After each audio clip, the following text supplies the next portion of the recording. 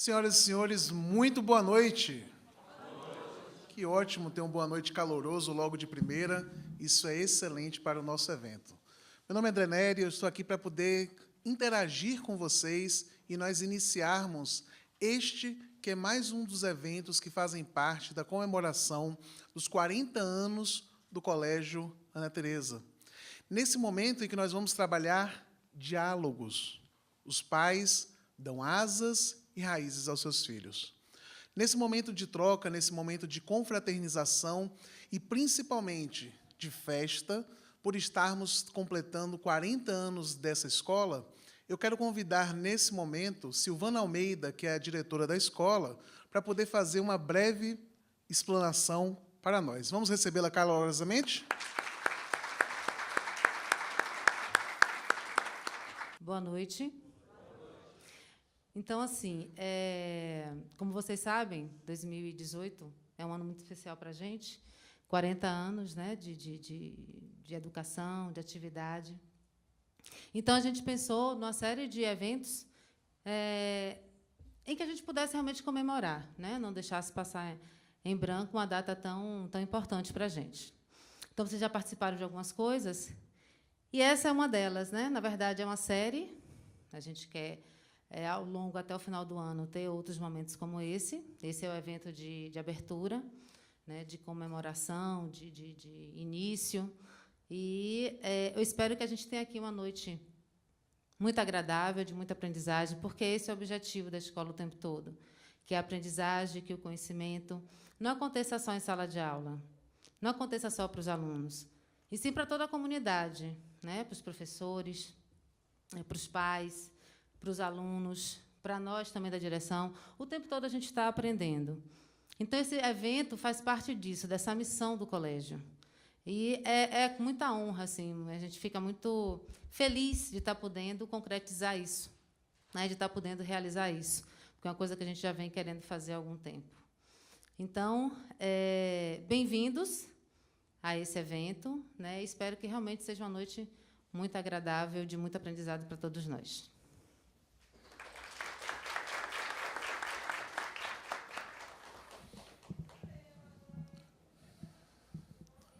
Amigos, hoje nós teremos uma palestra e depois, em seguida, um momento extremamente importante que vai ser de troca de perguntas e respostas. Vocês receberam um papelzinho verde para poder colocar as perguntas? Fiquem à vontade para interagir com a gente, tá? E hoje, para refletir sobre esse tema, que vai falar sobre a contemporaneidade, sobre os dias atuais, sobre como as coisas estão acontecendo numa velocidade tão rápida e como que pais e filhos se relacionam em relação a esse tema. As mudanças da sociedade e como nós vamos lidar com essas mudanças sem deixar de dar asas, mas sem deixar de fincar raízes profundas nessa relação. Para isso, nós teremos hoje a exposição com Margarida Serrão. Ela que é psicóloga e psicanalista, tem experiência clínica em educação, especialista em dinâmica de grupo e que faz parte do corpo de profissionais da Clínica Lugar, Centro de Estudos e Atendimento Clínico. E exatamente para poder fazer essa exposição e deixar vocês preparados para o momento de perguntas e respostas, que nós convidamos nesse instante Margarida Serrão para a sua exposição.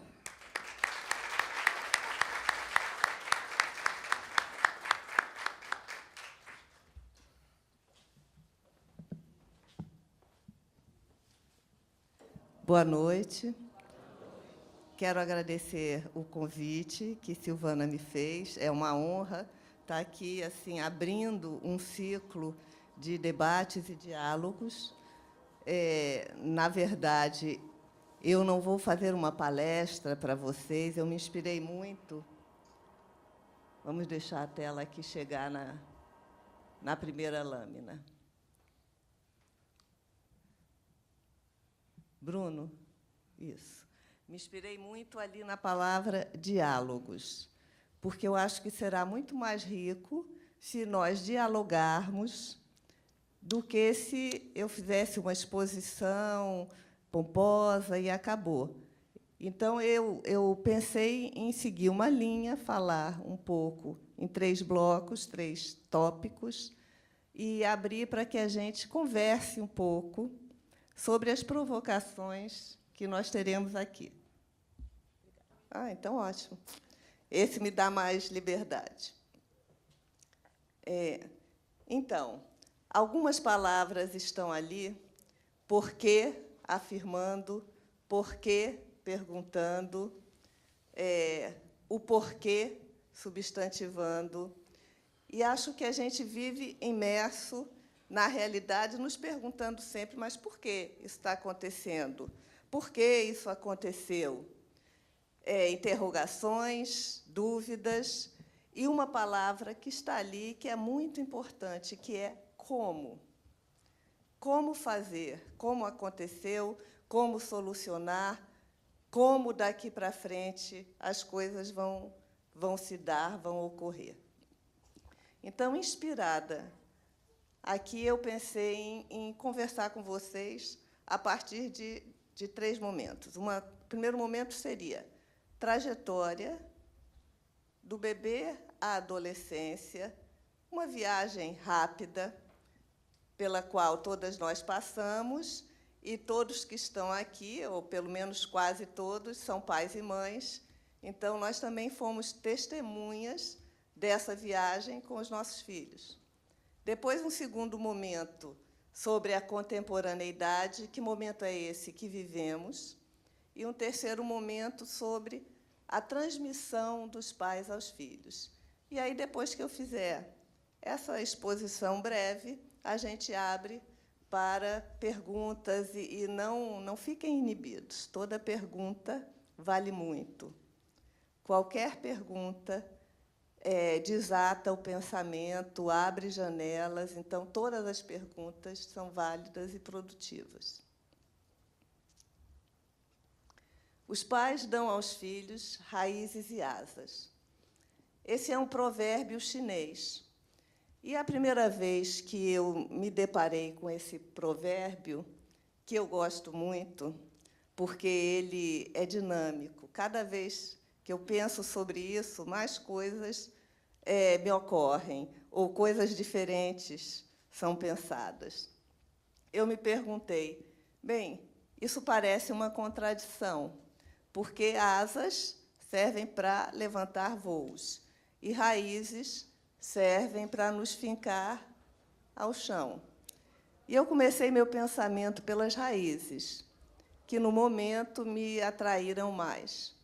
Eu pensei, o que são as raízes? Que raízes os pais dão aos filhos? E me ocorreu e me ocorre dizer para vocês o seguinte, talvez, eu acredito nisso, ter raízes é ter história. Ter história é ter um passado que permita projetar futuro. Projetar futuro é voar. Então, as asas necessitam de raízes. E ter história é saber-se, é poder se colocar numa cadeia de significantes e de significados. É fazer parte de algo que nos antecede e algo que procede depois de nós. Então, é uma antecedência de um tempo onde não estivemos, mas ao qual estamos ligados, e um tempo que nos sucederá quando não estivermos mais aqui também. E é isso que dá continência a cada pessoa humana. Saber que existe um antes e o depois, e um depois, e que nós estamos nessa cadeia, e que essa cadeia produz significantes e significados. E aí não estamos mais soltos no espaço, a gente faz sentido. Bruno? Bom, o nosso primeiro momento seria a trajetória do nascimento à adolescência. Então, esses 4 tópicos vão aqui me guiar nessa viagem. Vamos imaginar o filhote do ser humano. Então, quando nasce um bebê, a gente tem ali um pequeno ser que a gente pode dizer que é um ser desarvorado. Ele não está preparado para sobreviver. Ele precisa passar por uma maternagem para que possa sobreviver, possa se transformar num ser humano, como hoje a gente diz, capaz de conviver em grupo. E esse serzinho desarvorado, ele necessita de algumas condições para que esse processo possa se dar. Então, esse ser que, inicialmente, não se pensa, ele não conhece seus limites, vamos imaginá-lo como partes de corpo desconectadas, que, aos poucos, nesse processo de maternagem, vai se constituindo numa unidade. Como? À medida que as mãos da mãe, considerando a pessoa que faz a maternagem desse filhote humano, à medida que as mãos da mãe carregam, vestem, despem, ensaboam, enxugam, tocam, é como se uma cola afetiva saísse dessas mãos e que vai recolhendo esses pedaços fragmentados de corpo e unindo até chegar a uma unidade, que o bebê se percebe uma unidade de corpo, separado, inclusive, da mãe, formando aquilo que ainda é incipiente, mas que, mais tarde, vai se chamar e se dizer eu. Não só as mãos, mas também a voz, porque a gente é colado de palavras. Então, essa voz vai se dirigir para aquele serzinho que ainda não é, para que ele possa vir a ser. Então, a gente diz para o nosso bebê, como se parece com fulano, e o bebê, como dizem os meninos adolescentes, tem cara de joelho ainda. Mas, parece não sei quem, olha o pezinho igual do pai, ele vai ser assim, ele vai ser assado. Então, sobre aquele ser, a voz traz projeções diversas. Aliás, projeções até de um tempo antes naquela cadeia. Quando uma criança, menina ou menino pequeno, brinca com seu boneco, sua boneca, como se fosse um pai ou uma mãe, ele está construindo, em algum lugar de si, um filho. Então, quando o filho real nasce, sobre ele caem essas projeções todas, que são da ordem inconsciente, não pensamos sobre ela, mas elas ali estão. Então, a voz vem trazendo também muito dessa cola para unir aquele serzinho. E não só a voz, também o olhar. Então, as mãos, a voz, o olhar, que é o primeiro espelho no qual o bebê recém-vindo a esse mundo vai se mirar e ver a sua imagem refletida. Com certeza, quase todas as mães daqui, ou todas, repararam no olhar que o bebê bem pequenininho tem quando está mamando no seio, ou na mamadeira, mas no ato de niná-lo, assim, amamentá-lo assim, no olhar que ele dá para os olhos da mãe. Então, o bebê ali, no seu início, ao mamar, ele gruda os seus olhos nos olhos da mãe, e é possível ver uma intensidade de paixão que a gente não encontra mais tarde. O próprio bebê perde essa identidade. A gente não encontra nos nossos parceiros, porque é uma entrega total.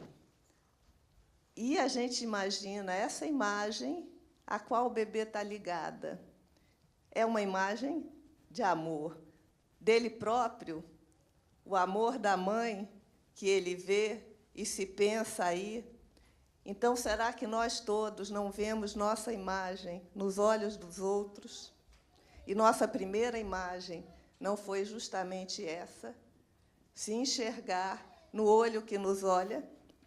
Então, o bebê vai se constituindo uma unidade a partir desses elementos, dessas mãos que acarinham, dessa voz que embala e que traz o humano.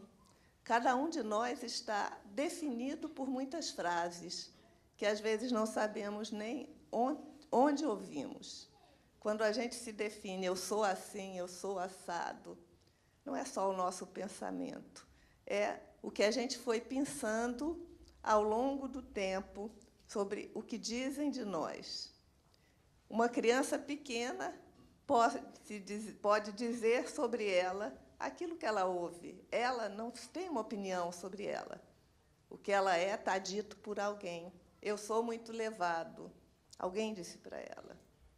Ah, eu sou calma, é da minha natureza. Respostas diversas que vêm disso que ele escuta, das palavras que costuram sua identidade. Então, o bebê aí vai se formando até se ter a sua imagem corporal como alguém desvinculado do corpo materno. Essa seria, incipientemente, a constituição desse sujeito que virá desejar mais tarde. Ele precisa ter sobre ele projeções, ele tem que ser pensado antes dele próprio ser. É porque a gente pode dizer, você é assim, você é o meu bebê querido, esse pezinho é lindo, que ali vai existir alguém que ainda não está ali. E daí faz parte essas palavras, a voz e o olhar. E duas operações psíquicas, alienação e separação, que eu vou tentar explicar um pouco brevemente. O corpo da criança se forma dentro do corpo da mãe e está ligado a esse corpo pelo cordão umbilical. Na hora que esse bebê nasce, esse cordão é cortado por um terceiro, a rigor o médico, vamos pensar assim, ou o pai, se faz parte ali de um parto, às vezes o parto o próprio pai corta, acompanhado, mas vamos considerar, o médico corta. Se ele não cortar esse cordão, que foi responsável pela vida intrauterina, esse bebê e essa mãe podem morrer. Aquilo precisa ser cortado. Só que, no momento que se corta esse cordão real, um outro cordão se instala imediatamente, que é um cordão simbólico, que vai unir esse bebê à sua mãe. Não é mais um um cordão real, mas é um cordão simbólico, e que existe porque é necessário à vida, à sobrevivência. Vamos pensar que essa mãe, durante a gravidez, criou um filho imaginário, está ali todos os dias pensando nesse bebê, imaginando como será, tudo que ele vai fazer, vai ser o mais feliz de todo mundo, nenhuma frustração vai alcançá-lo, vai defendê-lo de tudo. Enfim, se fosse pelas nossas projeções, nossos filhos não sofreriam jamais. E esse filho está se construindo imaginariamente. Logo após o nascimento, esse filho imaginário vai se colar no filho real, aquele bebê concreto, de carne e osso, recebe essa colagem, essa superposição desse filho que está aqui, na nossa cabeça e no nosso coração. E é por isso que a mãe olha para o seu bebê e diz, meu filho, que ela reconhece aquela criança como sua, porque há a superposição desse filho interiorizado com aquele filho que está ali de corpo real. E, por isso, a gente escuta, nos depoimentos de mães que tiveram problemas com as crianças, como esse momento foi difícil, como foi difícil esse reconhecimento, essa aceitação. Isso é um processo que precisa ocorrer, porque, normalmente, essa justaposição é feita de maneira natural. O filho que está aqui se cola ao filho que está aí e formam um só. E o cordão simbólico se instala. Esse cordão simbólico, é aí o que a gente chama alienação, é isso. Essa união intensa entre o filho e sua mãe, com esse cordão simbólico instalado no lugar do cordão umbilical. Isso é o processo psíquico de alienação, muito importante para a vida psíquica do bebê. Ele precisa ser alienado à sua mãe no início da vida, mas não por toda a vida. É necessário que a separação, assim como houve a separação do cordão umbilical, que essa separação ocorra a nível simbólico também. E o responsável por essa separação, a rigor, é o pai. É o pai que entra ali, naquela relação dual, mãe e filho, mãe e filha, e corta esse cordão à medida que ele é um terceiro que vem mostrar que essa pessoa aqui é sua mãe e minha mulher. Ela não é toda sua, porque ela não é toda mãe. Ela não é só mãe. Ela é sua mãe, minha mulher, trabalhadora de outro lugar, enfim, porque esse terceiro é tudo aquilo que desvia o olhar da mãe do seu bebê e que permite ao bebê ir se dando conta de que a mãe também tem outros objetos de amor e de interesse. Porque um filho não pode ser o nosso único objeto de desejo e amor. Assim como vice-versa, também é verdade. Nós não podemos ser o único objeto de amor do nosso filho, porque ele precisa ir para o mundo. Então, o processo de separação, que começa desde aí, vai se completar somente na adolescência, quando a gente tem, novamente, a validação dessa função paterna.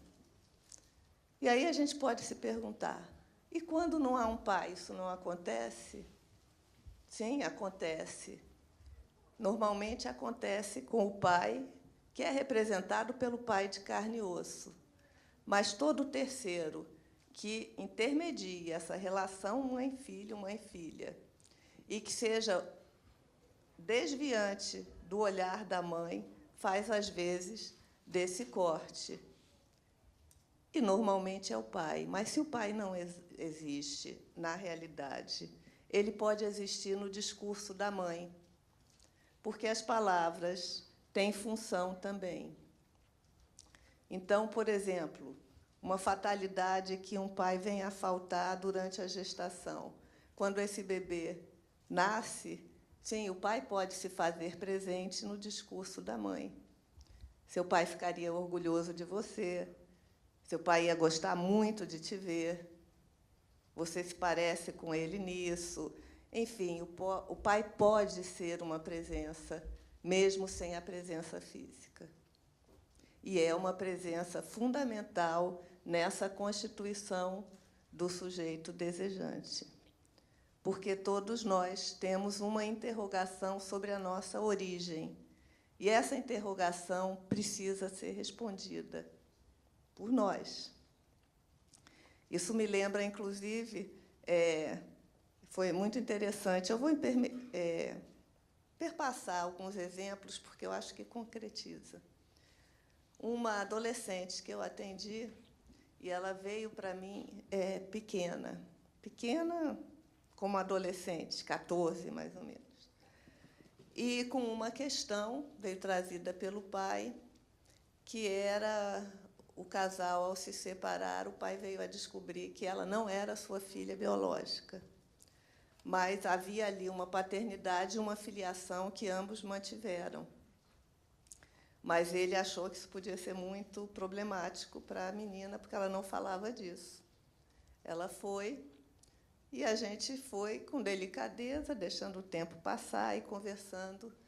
E, depois de algum tempo de terapia, algum tempo significa uns 2 anos, que ela já estava mais confortável com suas questões, ela me disse o seguinte: não, eu sei disso, mas eu só vou falar nisso aos 18 anos. E ela ficou até essa idade na terapia. E, quando chegou aos 18 anos, ela disse: eu tenho um pai, eu tenho uma mãe, e eu não quero saber nada além disso, porque aí eu vou precisar questionar minha mãe, eu vou precisar me posicionar, e, para mim, isso basta. Eu tenho um pai, eu tenho uma mãe.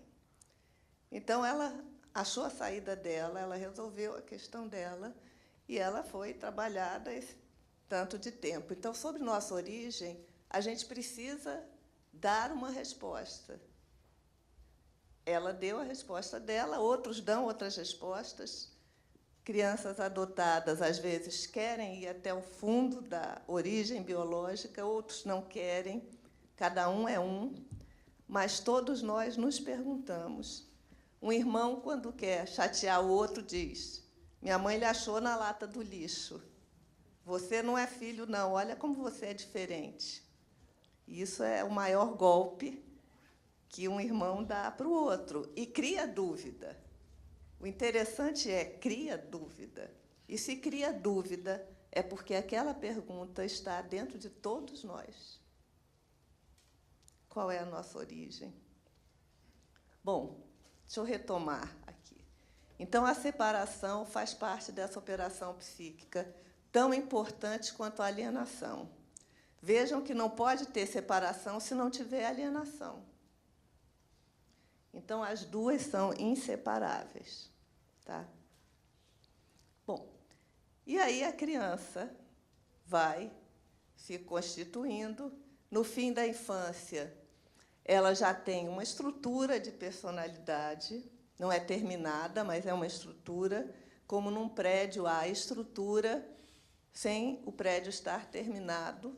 Muitas coisas vão ser colocadas ali, mas a estrutura está lá.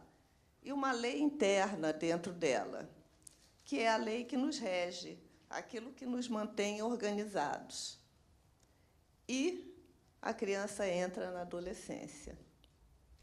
E, ao entrar na adolescência, ela passa, basicamente, por 3 lutos. O luto do corpo infantil, ela perde aquele corpo que ela dominava muito bem, e começa a surgir um corpo do qual ela não tem o menor domínio, porque ela não sabe se será alta, baixa, gordinha, magra. A menina não sabe se os seios serão grandes, pequenos, se vai ser igual à mãe, se vai ser diferente. Ela não quer assim, ela gostaria de assado. O menino não sabe se vai ter muito pelo, barba grossa, nenhum pelo, vai ser alto, vai ser magro, a voz muda. Então, imaginem o nosso corpo começando a mudar sem controle. Então, a adolescência é um momento de crise, porque é um momento de mudança, não necessariamente um problema. É apenas um momento crítico, porque as coisas mudam com muita rapidez. Então, é o corpo do luto infantil, é o luto do corpo infantil, o luto da identidade infantil. A criança brinca, interpreta, ela pode ser do super-homem ao Zorro, ela pode ser a mãe, a professora, a médica, e, de repente, na adolescência, essa identidade caminha para uma realidade, e ela quer saber: bom, mas quem sou eu? E o que é de mais maravilhoso na adolescência, a meu ver, que é a minha fase, minha faixa de preferência, eu trabalho com adolescente há muitos anos e continuo apaixonada por eles, é que ali se instalam as questões que continuam pela nossa vida inteira. Quem sou eu? Qual é o meu valor? E qual o sentido da existência? Quantas vezes nós, adultos, paramos, de repente, e nos perguntamos: mas, afinal, quem sou eu? Qual o meu valor? Tem momentos críticos da nossa vida que a gente não sabe mais o que a gente vale. E qual o sentido da existência? Também tem momentos que a gente se pergunta. são respostas buscadas todo o tempo. Então, o adolescente perde o corpo, ele perde aquela identidade que ele já sabia de criança, que ele não precisava pensar, ele não pensava sobre isso, ele era, simplesmente, a criança é, e perde os pais idealizados, aqueles pais que são super-heróis, super-mulheres, e que vão resolver tudo da vida dele, de quem eles esperam, as crianças esperam que os pais sejam essas fortalezas que deem respostas e que os amparem todo o tempo. O adolescente vê na sua frente a queda dos deuses ali. Tá, os pais não são mais esses deuses imaginados. Então, esses 3 lutos desarrumam o adolescente, mas não necessariamente o desorganizam. Vamos pensar que, durante a infância, os pais estiveram construindo uma casa para seu filho criança e usaram determinado material e um número X de tijolos. Aquele filho entra na adolescência e derruba essa casa. E ele vai reconstruir outra no lugar. Só que ele vai reconstruir com o material que ele tem à mão. E esse é o material que foi usado na sua construção infantil. O mesmo número de tijolos, o mesmo material, que ele rearruma de outras formas. Pode até lançar mão de coisas novas, e lança, porque o mundo cresce, e ele aprende outras coisas e convive com outras pessoas, mas a base, sua estrutura está ali. É uma reorganização daquilo que lhe foi dado.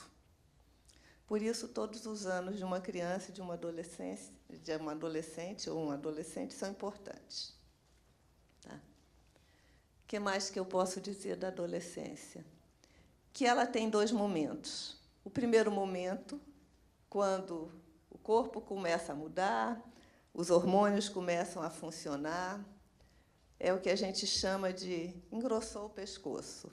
São os donos da verdade, sabem tudo, têm vontades absolutas, é o que eles querem, e é agora, e sim, eu sei, porque eu sei mais do que você. Então, isso dura dos 12 aos 14. São as séries escolares que pegam do 6º ao 9º, mais ou menos. 2 séries terríveis, eu não sei se vocês concordam, que é o 8º ano. Nossa, é brabo.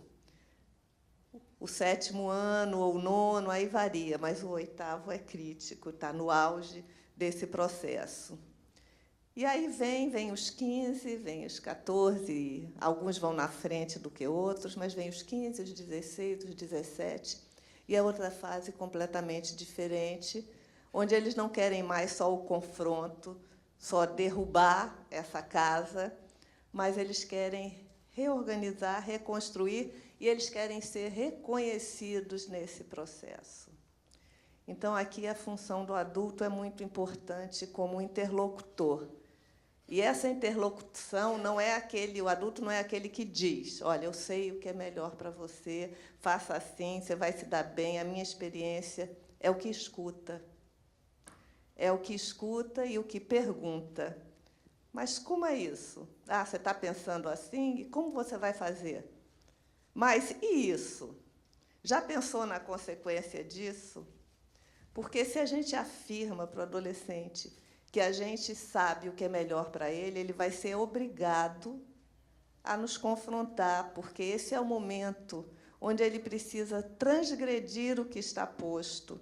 E transgredir não é necessariamente uma coisa ruim, não é necessariamente se colocar à margem da lei, é transgredir aquilo que está posto, porque, senão, as gerações não se sucederiam, não haveria progresso, não haveria mudança.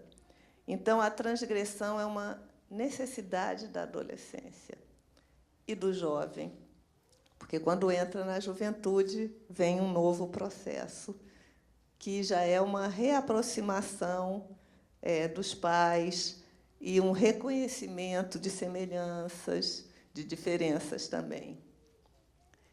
E eu coloquei uma palavra ali, porque eu gosto muito dela, e eu acho que a resiliência Eu vou definir agora que resiliência é um conceito que vem da engenharia.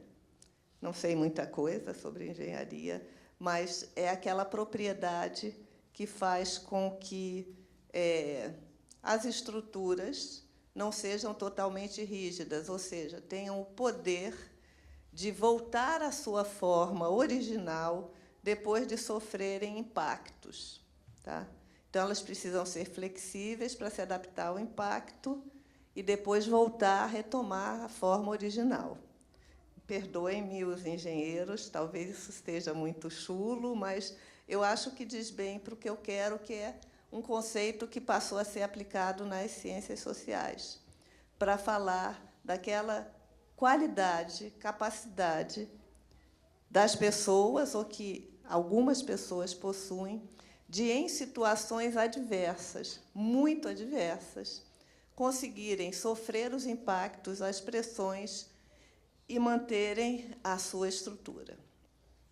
Muitos estudos têm sido feitos, como, por exemplo, crianças em situações adversas, em sobreviventes de campos de concentração, em crianças que passam por momentos de guerra, enfim, experiências realmente traumáticas, para estudar assim, o que faz que uma criança possa sobreviver psiquicamente, que a gente está falando, e outra não. Então, Bruno, por favor. Algumas coisas se mostraram muito significativas para que a resiliência ocorra. E a gente pode depois aplicar a nós, com os nossos jovens e com os nossos filhos, crianças, pensando em como a gente se coloca aí dentro. As crianças e jovens e adolescentes e adultos mais resilientes, eles mostravam esses 4, principalmente, há uma série de coisas, esses 4 itens aqui. É necessário redes sociais de apoio incondicional. O que é isso? Redes sociais de várias espécies. A família é uma rede social, a escola, um educador pode ser significativo nesse processo. E esse apoio incondicional não é achar que o comportamento do jovem, do adolescente ou da criança está certo, não. É ter uma atitude de acolhimento em que, até numa situação em que o jovem, o adolescente ou a criança faça algo errado, algo que foge ao que ele deveria fazer, ele se sinta acolhido e aceito, incondicionalmente, porque ele está errado, mas ele está acolhido. Então, essas redes de apoio incondicional dão para quem está precisando no momento, no caso, a gente está falando de crianças e adolescentes, aquela rede de segurança que impede a queda. Tá? Crença em algo superior não é necessariamente uma religião, é em algo superior a si, a sua própria existência, que dê um sentido à vida. Pode ser a arte, pode ser a música, pode ser um esporte, pode ser uma fé, um credo, mas algo que nos transcenda. Fala-se do transcendental aqui. Algo que seja maior do que nós e que dê um sentido, para além de nós, naquela cadeia que eu falei no início, do antes e do depois. Aquilo ali vai existir, apesar da minha breve existência nessa vida. A música, a arte, a fé, uma religião, o esporte. Então, todas as pessoas que tinham essa crença em algo superior à sua existência forte, elas foram capazes de enfrentar situações adversas com mais resiliência. E é muito interessante, a gente teve um caso recente, que são as crianças na caverna, não é? Na Tailândia, que sobreviveram sem comida, foram muitos dias e estavam íntegras. Podiam ter ficado doentes, com fome, mas íntegras, psiquicamente. Então, são crianças resilientes. Ali, muitos desses elementos estiveram presentes, com certeza. Reconhecimento de traço distintivo de valor. todos nós precisamos reconhecer em nós um traço distintivo de valor que seja reconhecido pelo grupo social ao qual pertencemos. É preciso dizer de si mesmo, bom, eu faço isso bem, eu tenho valor desse traço aqui, isso que é meu vale. Desde eu toco muito bem esse instrumento, isso me distingue, isso tem valor, as pessoas reconhecem isso que é meu como um valor. E o senso de humor. Gente, é muito importante que a gente possa rir da gente mesmo. Que a gente não se leve tão a sério.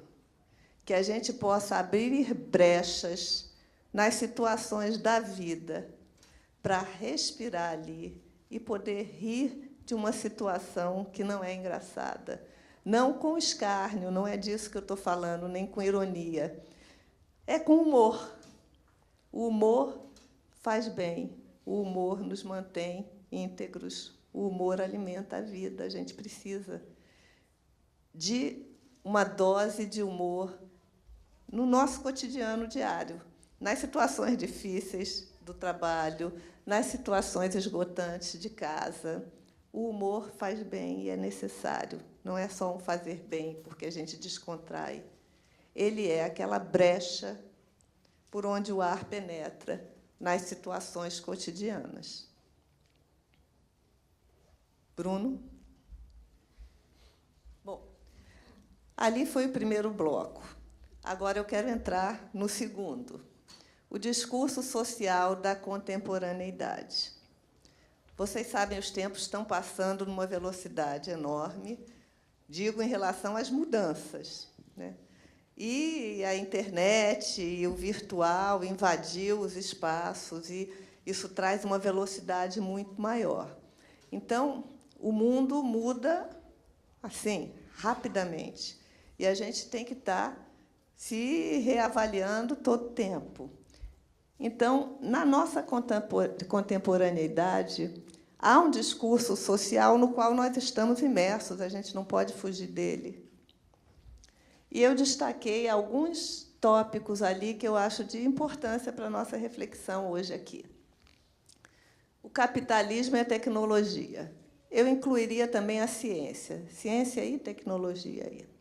Então, é claro que eu estou fazendo um recorte, eu estou me referindo ao nosso mundo ocidental, capitalista, aqui onde todos nós estamos. Tá? Então, veja, há duas assertivas hoje muito fortes no discurso social. Uma diz respeito ao capitalismo, que é tudo pode ser comprado. Há moedas diferentes, mas tudo pode ser comprado. Às vezes a moeda é dinheiro, às vezes é prestígio, às vezes é privilégio, mas tudo pode ser comprado. É isso que o capitalismo diz. E quanto mais você pode comprar, mais importante você é. E a ciência e a tecnologia diz: todas as faltas e todos os seus desejos podem ser satisfeitos, é questão de tempo. Se o que você quer não está descoberto ainda, criado ainda, é questão de tempo. Tá? Essa semana que passou, eu assisti uma palestra para adolescentes sobre a internet das coisas. E, à medida que os meninos se encantavam, entusiasmados, eu ia entrando em pânico, porque é tão diferente da minha estruturação, da minha constituição, que eu ia, meu Deus do céu, como é que eu vou viver nisso? Porque era um professor e ele não trazia coisas que vão acontecer, não. Ele trazia coisas que estão acontecendo, mesmo que ainda não com a gente. Como, por exemplo, uma geladeira inteligente, porque a gente já tem a TV inteligente, a gente já tem o celular inteligente, mas a geladeira ela fazia suas compras à medida que determinados alimentos iam acabando. Ela tinha o número do seu cartão, tudo programado. Então, já chegava na sua casa. A outra conversava com o fogão. Então, eu me senti no filme dos Jetsons. Eu não sei se alguém tem a minha idade, mas se vai lembrar que era uma família num jatinho ultrassônico, num objeto estranho, não era um avião, que, quando eles vinham se aproximando de casa, a luz acendia, a porta abria, a rampa saía. Enfim, o fogão acendia, a comida ia para a mesa. Quer dizer, era um mundo ficcional, era pura fantasia. Não é mais fantasia, gente, eu quero avisar vocês. E o que eu fiquei pensando, o que vai sobrar para mim? Se as compras vão ser feitas pelo pote, pela geladeira, se o fogão vai esquentar sozinho, vai me sobrar o quê? Daqui a pouco vão escolher tudo. Será que vai sobrar alguma coisa? E aí eu me lembrei de outro filme, que é o Blade Runner, eu não sei quem viu, que haviam replicantes eram os robôs humanos, e que uma série de replicantes fugiu ao controle e começaram a ter vida própria, sentimentos. Bem, se alguém pensou isso, e tudo o que se pensa acontece, daqui a pouco a gente conviverá no mesmo ambiente sem saber, você é humano ou você é um replicante? Quem é você? Então, são coisas que andam muito rápido e que a ciência e a tecnologia dizem, claro, que tem coisas ótimas. Por exemplo, a impressora 3D que faz um rim, e faz um rim de célula viva. Eu não consigo visualizar, materializar isso, mas existe. Está existindo e rins estão sendo feitos pela impressora 3D. Cupcakes estão sendo feitos pela impressora 3D. Eu tenho medo de comer, mas alguns comem. Enfim, a ciência e a tecnologia prometem isso. Ou seja, a gente vive um tempo que o que nos prometem é: você pode realizar todos os seus desejos, você não precisa ter nenhuma falta. Só que a falta, ela é constitutiva do ser humano. Porque lá, naquela viagem que a gente fez da trajetória da constituição do sujeito, na hora que um cordão é cortado, que uma separação incide na sua relação dual inicial, uma falta se instala, que diz, você não pode ter tudo. E nós aprendemos isso. Isso, aliás, era a lei maior. Você não pode ter tudo. Cada escolha que você faz, você perde uma coisa para ter outra. Se você cresce, você perde a infância. Você carrega coisas da infância, mas a infância em si você perdeu. Bom, se você envelhece, você perde a sabedoria, perde a juventude para ganhar a sabedoria. Então, para ganhar uma coisa, a gente perde outra. Mas os tempos que a gente vive, o discurso social é: você tem a obrigação de ser feliz, você tem a obrigação de ser bonita, bonita que eu digo é ter o corpo em cima, então malhe, caminhe, corra, faça o que você precisar, mas existe um padrão que é da perfeição. Se é da perfeição, não tem falta. Isso é irreal. Isso é o discurso social nos envolvendo, e a gente precisa estar muito alerta para não se sentir infeliz porque não responde a esse discurso, fracassado porque não responde a esse discurso. Tá? E os nossos meninos estão dentro desse discurso. Caráter utilitário e imediatismo. Acho que todo mundo aqui passa por isso. Hoje a gente vive uma vida de esgotamento, é muito rápida, são muitas informações, o tempo parece que ficou mais curto, o tempo diminui, a gente quase não tem o tempo do fazer nada. Aquele ócio criativo, de ficar um pouco à toa, sonhando para criar, está cada vez mais escasso. E o caráter utilitário já se instalou. Como eu trabalho com adolescentes, é muito comum, eu trabalho com orientação, escolha profissional, eles dizerem: eu gosto mesmo de música, mas eu não vou escolher música, porque senão eu vou morrer de fome. Sim, você vai escolher o quê? Eu acho que eu vou fazer engenharia. Mas você gosta? Não, mas eu me dou bem na matemática. Bom, mas isso não convoca imaginário, gente. Isso não faz o olho brilhar. Isso não alimenta o espírito nem a alma. A gente fazer as coisas porque elas são úteis. Cadê o sonho? Cadê a vibração? Cadê o empenho? Cadê a empolgação? Então, é o que a gente trabalha juntos. Ok, você não quer fazer isso, mas você sabe o preço que você vai pagar por não fazer o que você quer? E quem lhe disse que um músico não sobrevive? Às vezes, eu brinco com eles e eu pergunto, você quer comprar um castelo na França? Você quer morar num lugar assim, de não sei quantos hectares, ponte suspensa? O que você quer da vida? Que precisa, assim, de tanta preocupação hoje, aos 16, 17, com o que você vai ganhar amanhã. Amanhã, quero dizer, daqui o quê? Uns 8 anos. Até porque o mercado muda. O que está em alta hoje pode não estar daqui a 8 anos. Então, são reflexões com eles, mas a gente diz, não faça artes cênicas, você vai ver como. Parece que só há, basicamente, 3 profissões possíveis: medicina, engenharia e direito. Mas tem muita gente fazendo coisa nova, se dando muito bem, criando, inventando. Então, esse caráter utilitário, se a gente para e pensa, a gente diz, é isso mesmo. Mas, se a gente analisa o que a gente está falando, a gente vai ver que a gente também está aqui dentro. O que a gente, às vezes, está dizendo para os nossos filhos perca seus sonhos, perca seu entusiasmo, você vai fazer. É muito comum isso. Não, ele vai fazer primeiro o que vai dar um sustento para ele. Depois, aí que ele tem essa base, ele pode fazer o que ele quer. Mas desde quando o desejo obedece regras e normas e cronologia? O desejo é agora. O desejo é já. Se você deseja, é mais fácil acordar às 5 horas da manhã, 6 horas da manhã. Se você brilha com aquilo, é mais fácil você ficar até tarde preparando uma aula, enfim, um trabalho, um grupo.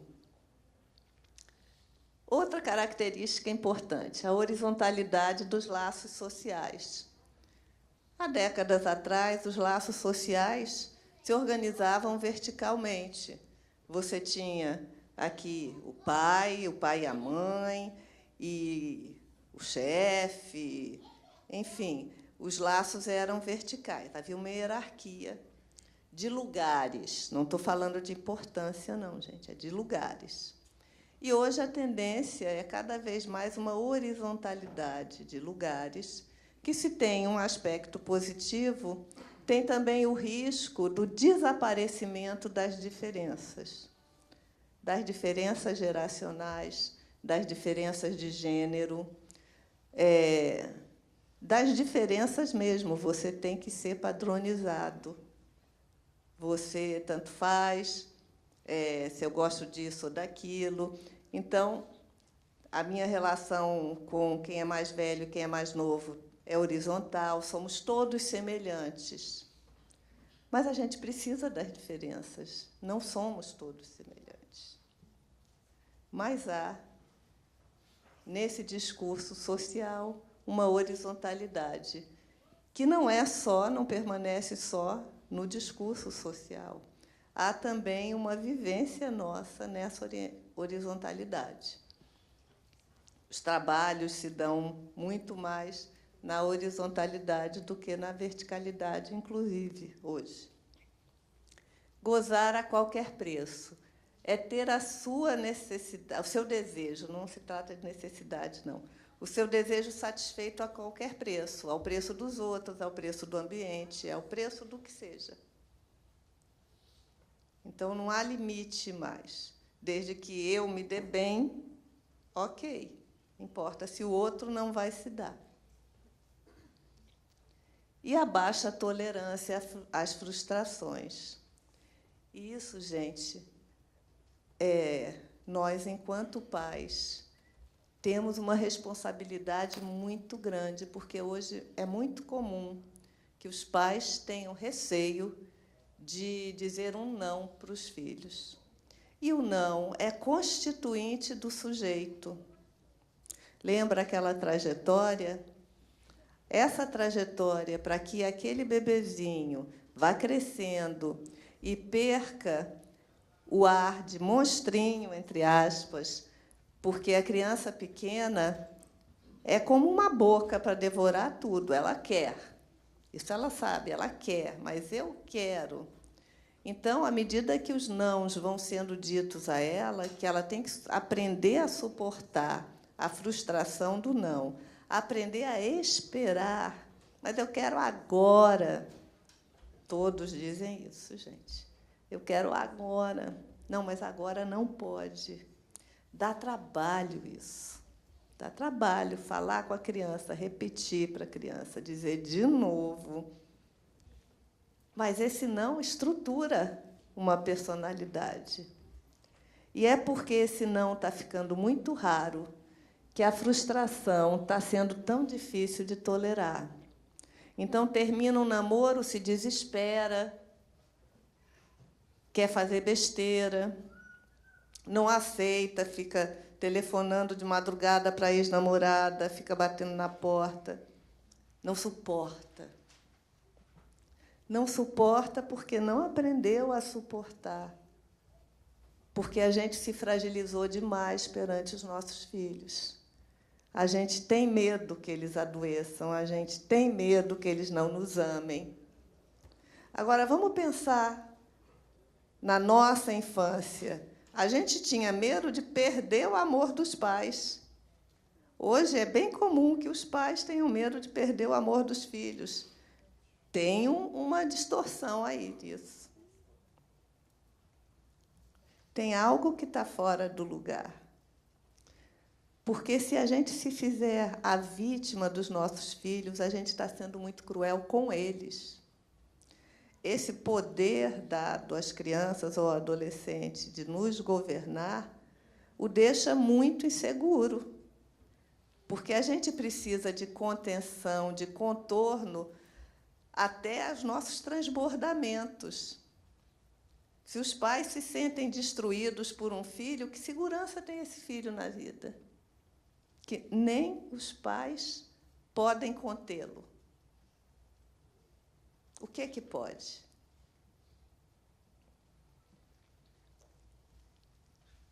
Bom, aqui já é o bloco final para a gente abrir para as perguntas. E estamos num tempo bom, que é o que os pais transmitem a seus filhos. Bem, vamos considerar que os pais transmitem aos filhos 3 leis. A lei do bem-estar, que é isso que se passa para os filhos, não só ensinando, mas também testemunhando com a nossa vida sobre os bens do cotidiano, o que é bom para a família, o que é bom para a gente estar feliz, dentro também do nosso grupo social, que bens da vida são esses importantes, mas bens no plural mesmo. O que nos dá satisfação? O trabalho é um bem? Eu chego bem do meu trabalho em casa ou eu me largo no sofá e digo, foi um dia horrível? Bem, que vontade vai ter nosso filho de trabalhar. E se o nosso trabalho é ruim assim, a gente merece isso. Se a gente está ali porque precisa, então vamos gostar de estar ali porque a gente precisa. Mas quero dizer que essa lei do bem-estar ela é importante para falar desse cotidiano. E isso é testemunhado por nós e ensinado por nós, dentro daqueles valores de cotidiano que o nosso grupo social aceita, que a gente pensa que deve fazer para estar bem, para conviver bem. A lei do dever fala de um bem coletivo, de um bem que transcende o meu desejo, a minha satisfação, o meu bem, tem um bem maior que o meu bem. Então, é quando a gente diz que você não pode fazer isso, porque isso não vai ficar legal para os seus colegas. Você não pode. Quer dizer, tem um bem maior do que o seu bem. Essa é a lei do dever, é o que a gente deve fazer em nome de um bem maior. E a lei do desejo na conjugalidade, pensem comigo, a criança ela vai aprendendo por identificações. Ela vai se identificando com as coisas. Qual é o modelo que ela vai ter do que é um casal? Do que é um desejo de casal? Do que é uma conjugalidade? Se não for com os pais, o casal. Ah, estão separados outros casais, mas ela aprende com o casal que o pai dela forma e com o casal que a mãe forma. Mas é um casal com o qual ela convive que vai poder transmitir a lei do desejo na conjugalidade. Transmitir o que é o amor, o que é o desejo, o que é uma conjugalidade. E isso é muito importante. É muito importante aquele espaço, isso também é outra coisa comum, nos limites, vamos dizer assim, nos contornos frágeis que a gente apresenta hoje. Ah, dorme todo mundo junto. Ah, dorme um no quarto dos filhos, o filho na cama de casal. São lugares sem contorno. Existe um espaço que pertence ao casal. E, por mais frustrante que inicialmente seja para o filho, ele precisa saber isso. Sabe por quê? Porque ele vai poder procurar por isso na vida dele mais tarde. E, se isso não existe, ele não vai procurar por isso. É preciso que falte para que ele procure. Então, ele precisa saber. Isso também faz parte dessa continência. Eu não estou dizendo que acordou, vamos para a cama do papai e da mamãe. Maravilha, gostoso. Tá? Mas eu ouço algumas coisas assim, o quarto dele não tem ar. Então, dorme todo dia no meu. Então, bota o ar lá. Bota um ventilador. Ah, mas é que o colchão... Bem, troca de colchão. Mas tem medo. Então, fica com ele no quarto dele até ele adormecer e vai, aos poucos, mostrando que não vai acontecer nada, dele dormir no quarto dele, enfeita o quarto, incentiva o quarto, conta uma história, quando dormir, sai. Eu acho que vocês me entendem, que eu estou falando de lugares. E de lugares que dão segurança aos nossos filhos. Porque ele sabe que não pertence a ele agora, mas que vai pertencer. Isso é projetar futuro, isso é ter asas, poder se lançar para frente. A vida não está toda aqui, mas o aqui é o que importa. Mas eu sei que isso que eu quero, que eu vejo os meus pais ali, poxa, um com o outro dançando, não sei o quê. Isso eu quero para mim, e não pode ser agora, mas lá na frente eu quero isso para mim. E agora eu vou dizer um bem maior que vem dessas 3 leis, e não me atirem pedras. Essas 3 leis conjugadas aqui vão se transformar no bem maior que os pais podem transmitir aos filhos, que é a capacidade de abandonar seus pais. Porque isso daqui significa que eles serão capazes de enfrentar uma vida lá fora, de sair de casa, de se constituir um homem e uma mulher para depois se transformarem num pai e numa mãe. Porque antes de um pai e de uma mãe, existe um homem e uma mulher, necessariamente. E um filho não pode ocupar, se ocupa o lugar de filho, não vai ocupar o lugar de homem e de mulher. E, se não ocupa o lugar de homem e de mulher, não vai ocupar o lugar de pai e mãe, mesmo que tenha filhos. Eu vou terminar com um poema de um jovem. Ele escreveu isso mais ou menos aos 20 e pouquinhos anos, veio a se transformar num psicanalista, hoje é um senhor. E esse poema ele é muito significativo, muito importante, e ele marca para mim assim, o final da adolescência, que não tem idade. É o final da adolescência. Hoje encontrei meu pai, e dói saber o quanto ainda sou filho. É preciso matar meu, teu, nossos pais. É preciso, sobretudo, sabê-los morrer para não cometer suicídio. Ok, vamos conversar agora.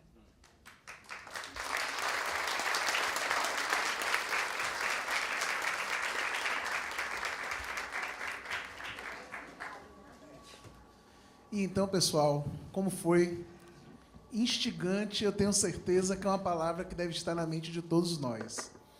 E eu quero convidar que aqueles que já formularam as perguntas possam entregar para alguma das meninas que está aqui na lateral, para passar para a gente e a gente poder conversar. Afinal, o evento é diálogos. E, para isso, é importante que a gente possa trocar. Bom, enquanto as perguntas chegam, eu vou fazer uma. Ai, meu Deus. Exatamente falando desse bem maior, que é a capacidade de deixar os pais. E quando os pais não querem, e aí eu vou me colocar em papel de filho, e quando os pais não querem que esse filho saia, porque é mais gostoso deixar embaixo da asa? Olha, eu acho que os pais têm que suportar frustrações também. Mas você já ouviu quando a gente fala assim, olha, liberdade não se dá, liberdade se conquista. Então, é um movimento dos filhos e é um movimento dos pais, é mútuo. Mas, se os pais não conseguem soltar os filhos, talvez eles não tenham passado muito bem esse bem maior. Talvez seja preciso ao filho empreender esse trabalho. Nem sempre é um trabalho suave, às vezes é um trabalho que exige rompimento, mas é sempre temporário. Porque, à medida que os filhos crescem e entram na vida adulta, há uma compreensão maior, principalmente quando se tornam pais de seus pais. Então, muitas coisas que a gente questionava nos pais, a gente passa a entender, mesmo que faça de uma outra forma e que faça diferente. Eu acho que é bem comum que os pais queiram reter os filhos. Perfeito. Poderia exemplificar como dar apoio incondicional e deixar claro que o ato foi errado? O que você acha do castigo, entre aspas? Olha, eu acho que o castigo ele precisa estar ligado ao ato feito. Às vezes, a gente dá um castigo que não tem nada a ver com o que foi realizado de mal feito. Isso precisa ter uma certa coerência. A gente tem que dar um castigo que tenha ligação com aquilo que foi errado.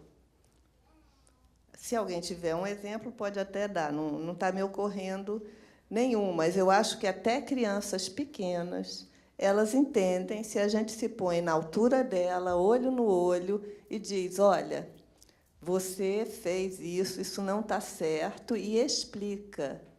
E diz, eu te amo de qualquer jeito. Eu te amo você fazendo certo ou errado, mas se você fizer errado, eu vou reclamar com você, justamente porque eu te amo. Entende? Não sei se respondi a quem está perguntando, mas...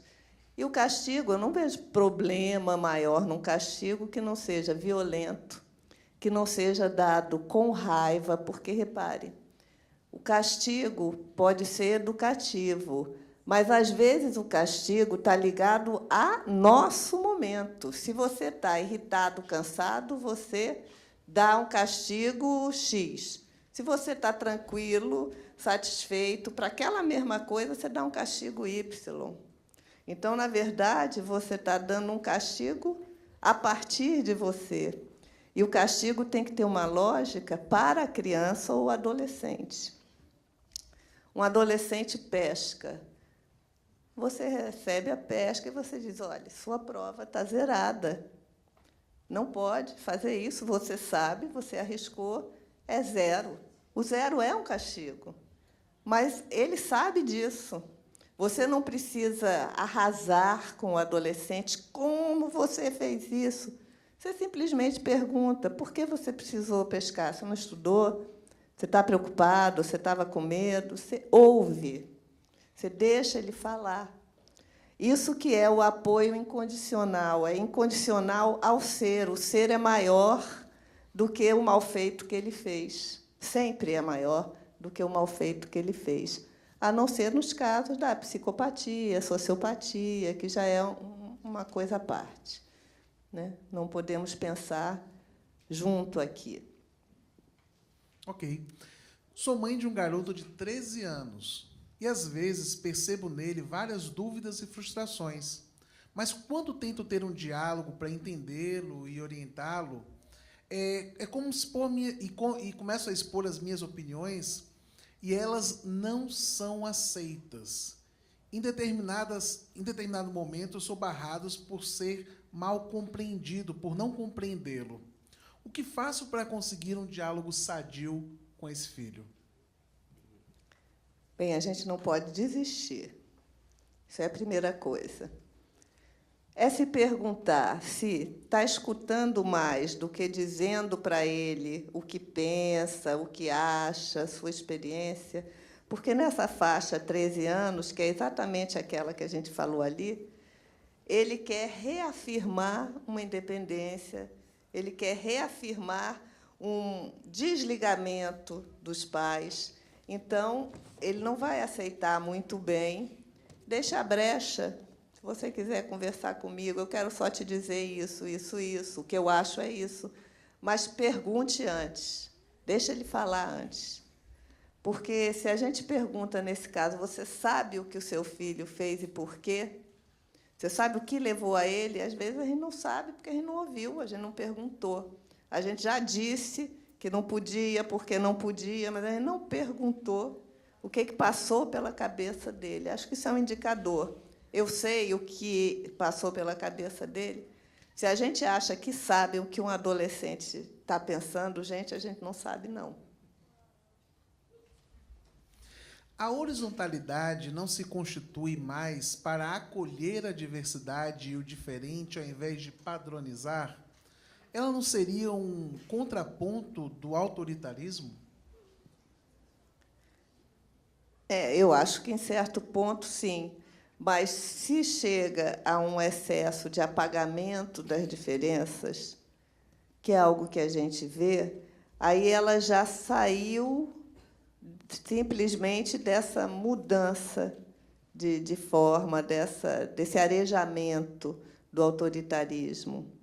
Porque uma coisa é ser autoritário, outra é ter autoridade. Vou tentar dar um exemplo no âmbito da escola. Há décadas atrás, o lugar do professor era um lugar que valia alguma coisa em si. Não importa quem ocupasse esse lugar. O lugar do professor era um lugar de autoridade, um lugar de diferença, um lugar de respeito. Hoje é capaz da gente ouvir de um aluno, vou falar de adolescente, que é a minha experiência viva, dizer assim, o professor me... Como é que eles gostam de falar? Me humilhou perante o grupo. Mas por quê? Porque disse que a minha resposta estava errada na frente de todo mundo. Bom, esse é o lugar do professor. E, às vezes, o professor falou naturalmente. Mas, como há essa horizontalidade, vamos dizer que em excesso, é como se um igual tivesse falado dele na frente dos outros. Isso é um exemplo. Pode ser... Não é nem caricato, porque eu me bato com esses exemplos, assim, desse nível. Então, Não, se gritar comigo, eu vou gritar com ele. Às vezes está se referindo ao pai, ou à mãe, ou ao professor. Se me tratar mal, eu trato mal, sim. Esse é um exemplo de horizontalidade ao excesso. Então, não é autoritarismo, é que a autoridade vem de diferença de lugares. Senão, você vai conquistar, com negociações, todo dia, o seu lugar, porque o lugar não está garantido. O que a horizontalidade faz é que os lugares não estão garantidos. Mas não é que é de todo ruim, não é uma oposição, vertical ou horizontal, não é uma oposição. É que o apagamento das diferenças ele tem consequências. E, às vezes, elas não são tão positivas assim. Achei interessante que veio mais uma questão sobre desobediência. Por que será? Como lidar com a desobediência e orientar da melhor forma? Há temperamentos rebeldes, gente. E, às vezes, os temperamentos rebeldes darão pessoas maravilhosas. Aquelas pessoas que vão criar, que vão romper com padrões de comodidade. Agora, a gente tem que dar alguma forma a essas desobediências, porque elas não podem atropelar os demais. Mas vamos ter compreensão da raiz dessa desobediência. Se for um temperamento rebelde, procurem ver se esse temperamento rebelde também não é um temperamento que está sempre criando, que está sempre de olho brilhando para o mundo, que quer sempre mais. E a gente vai parar. Se for uma criança, às vezes é até mais fácil. Se for um adolescente, às vezes é difícil. Mas a gente vai pará-lo e mostrar um pouco que também há consequências, se é isso mesmo que ele quer. E a criança, a gente vai realmente dar um stop aqui, espera aí, você tem que obedecer, sim, e tal, mas a gente tem que ter uma boa vontade com esses espíritos. Olha, quando existe um lar que o padrasto muitas vezes quer ajudar nos conteúdos do colégio, mas não sabe agir de forma amorosa, e sim tipo um militarismo, o que fazer como mãe? A criança tem 11 anos.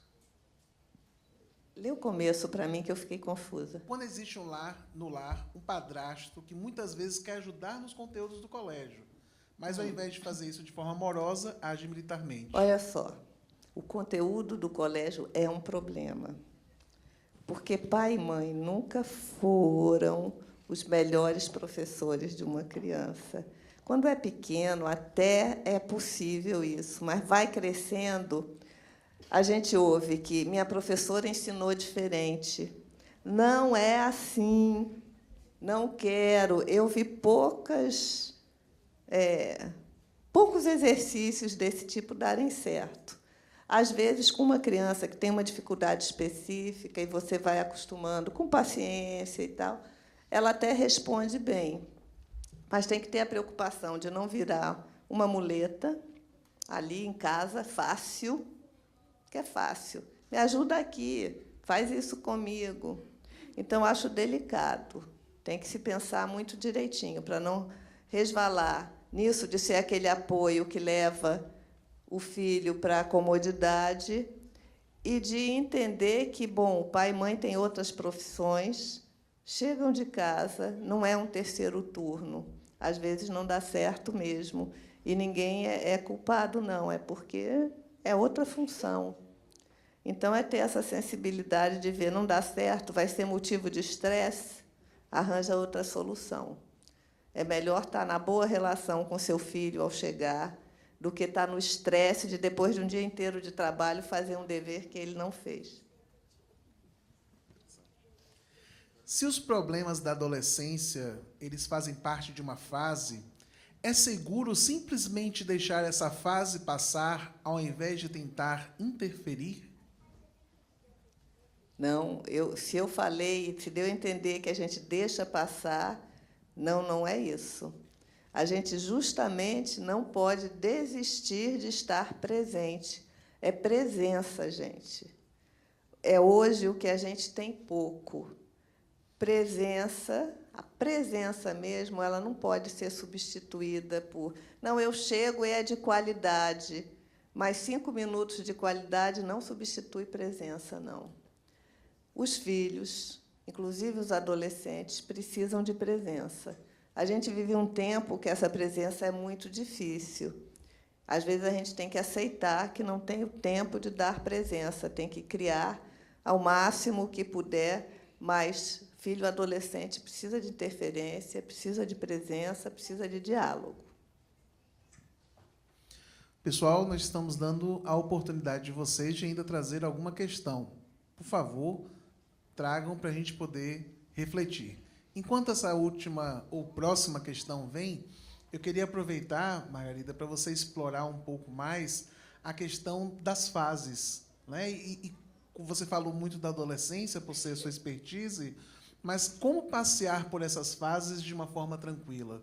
Porque a adolescência, muitas vezes, tem um reflexo da infância e a vida adulta ela é reflexo desse processo todo, né?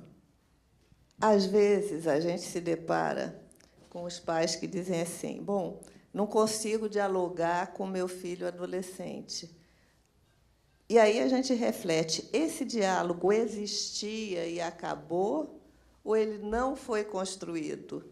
Geralmente, a resposta é que ele não foi construído. Porque é difícil, quando o filho tem 14, 15, 16, a gente chegar e conversar com ele se isso não foi construído. Por quê? Porque a criança ela quer agradar os pais, ela quer dar para o pai e a mãe alguma coisa. Tanto que a gente vê as crianças pequenas, olha para mim, me vê, e está fazendo as coisas para os pais. Então, se você vem alimentando isso, e dialogando, e conversando, e tendo um momento em que a criança vem e conta, às vezes a gente fala, ai, chega, para um pouquinho de falar. Isso vai cortando. Então, pode até dizer, olha, daqui a pouco, deixa eu tomar banho primeiro. Vamos contar 5 minutos aqui para eu respirar, que eu quero lhe ouvir inteira. Quero lhe ouvir inteiro. Mas você tem que alimentar. É difícil começar um diálogo na adolescência, se esse diálogo não existiu antes. Não é impossível, nem é para desistir. Mas são anos que vão se passar com alguma dificuldade.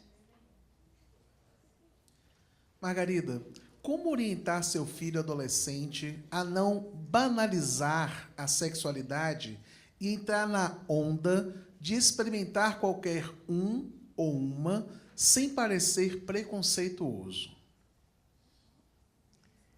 Aí eu vou fazer uma ponte também. Se os filhos forem testemunha de uma conjugalidade que passe para eles aquilo que foi a lei do desejo nessa conjugalidade, eles já aprenderam que existe algo desejável na relação entre um homem e uma mulher.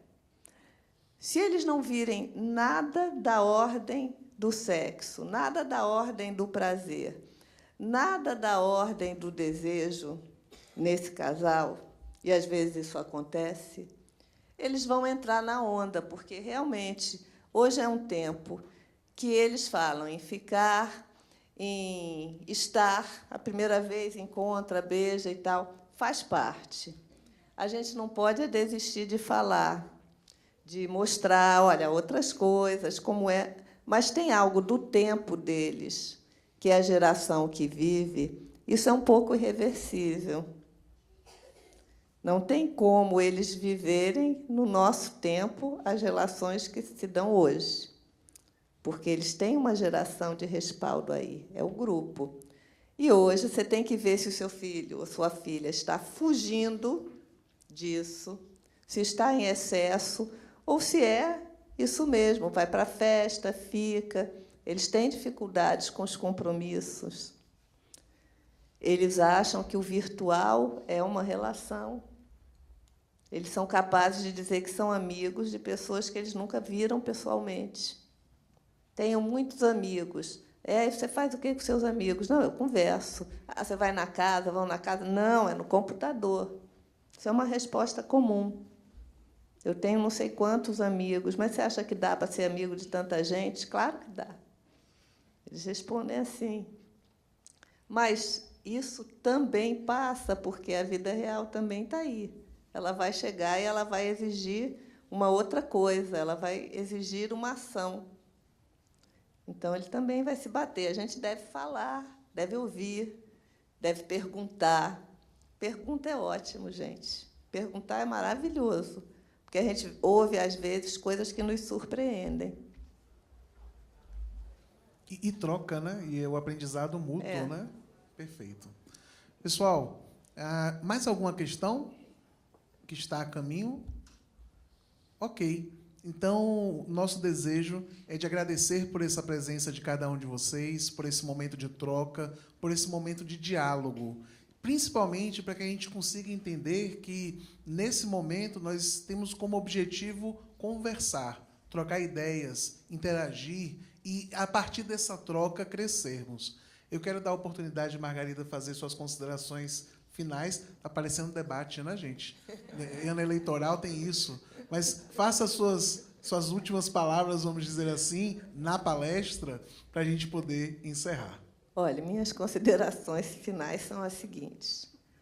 Cada família tem uma dinâmica.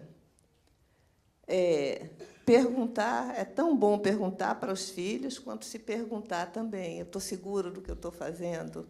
Então, eu não vim dizer nenhuma verdade. Eu vim lançar provocações, coisas que eu acredito, mas o que eu acredito não se constitui na verdade absoluta do mundo, tá? Tem um respaldo teórico, mas são as teorias que eu optei, eu escolhi. Vocês podem escolher outras coisas, mas eu gostaria que o que eu coloquei aqui fossem provocações para o pensamento, para a reflexão, para se perguntar, bom, onde eu estou, o que é que eu transmito para os meus filhos? E lembrem que transmitir não é dar lições. Dar lições, às vezes, não transmite. Transmitir é vivo, é na relação. É naquilo que a gente se mostra, naquilo que a gente diz da gente.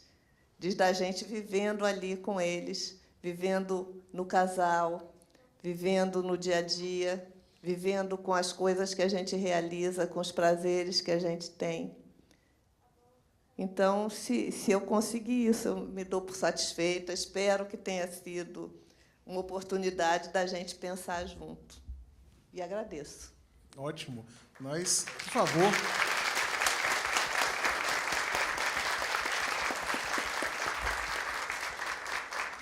Margarida, nós que agradecemos pela oportunidade, pela troca, pela quantidade de experiência que você trouxe. E, antes de encerrarmos, eu gostaria de apenas pedir que nós tivéssemos outra salva de palmas. Não apenas para a Margarida, para mim ou para a equipe, mas principalmente por vocês estarem aqui conosco. Muito obrigado, pessoal. Parabéns, um grande abraço. Boa noite.